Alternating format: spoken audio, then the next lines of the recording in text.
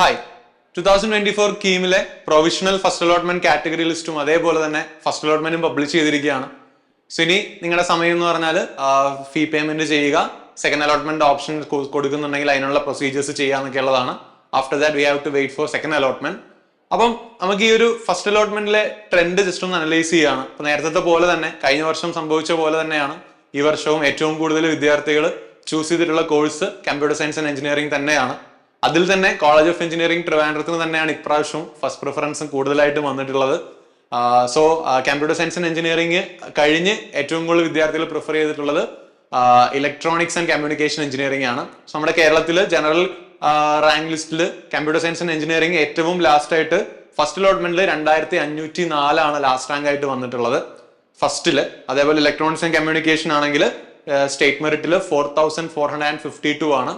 Similarly government കോളേജസിലാണ് artificial ഇന്റലിജൻസിന് 5197 ആണ് last rank ആയിട്ട് വന്നിട്ടുള്ളത്.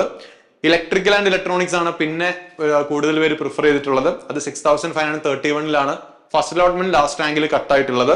പിന്നെ കെമിക്കൽ എഞ്ചിനീയറിംഗ് ആണ് 7778. പിന്നെ അപ്ലൈഡ് ഇലക്ട്രോണിക്സ്, മെക്കാനിക്കൽ, സിവിൽ, ഈ ഒരു ഓർഡറിലാണ് ശരിക്കും നിലവിൽ പ്രിഫറൻസുകൾ കുട്ടികൾ ഏറ്റവും കൂടുതൽ പ്രിഫറൻസ് വന്നിട്ടുള്ളത്. അതിൽ തന്നെ ഏറ്റവും കൂടുതൽ പ്രിഫറൻസ് പോയിട്ടുള്ളത് college of engineering Trivandrum, government engineering college Thrissur, similarly TKM engineering college ആണ്.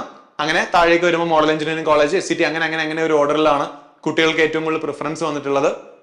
അപ്പൊ ഇനി നിങ്ങൾക്ക് ആ ഒരു ട്രെൻഡ് അല്ലെങ്കിൽ പ്രൊവിഷണൽ ലിസ്റ്റ് ചെയ്യുമ്പോൾ തന്നെ നമുക്ക് ആ ഒരു ട്രെൻഡ് ഏകദേശം ബോധ്യമാവുന്നതാണ്. അപ്പൊ അത് ജസ്റ്റ് ഒന്ന് കൺവേ ചെയ്യാൻ വേണ്ടി പറഞ്ഞ വീഡിയോ ആണ്. അപ്പൊ നിങ്ങൾ ഇനി ചെയ്യേണ്ടത് സെക്കൻഡ് അലോട്ട്മെന്റിന് വേണ്ടിയുള്ള താല്പര്യം ഉണ്ടെങ്കിൽ അതിന് വേണ്ടിയുള്ള പ്രൊസീജിയേഴ്സും ഫീ പേയ്മെന്റും കാര്യങ്ങളൊക്കെ പ്രോപ്പറായിട്ട് ചെയ്യുക.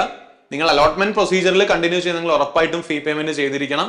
അതിനുള്ള സമയം ഇപ്പോൾ നടന്നുകൊണ്ടിരിക്കുകയാണ്. സോ അതിനുശേഷം സെക്കൻഡ് അലോട്ട്മെന്റ് വെയിറ്റ് ചെയ്യുക. കൂടുതൽ അപ്ഡേറ്റ്സ് ആയിട്ട് നമുക്ക് വരാം.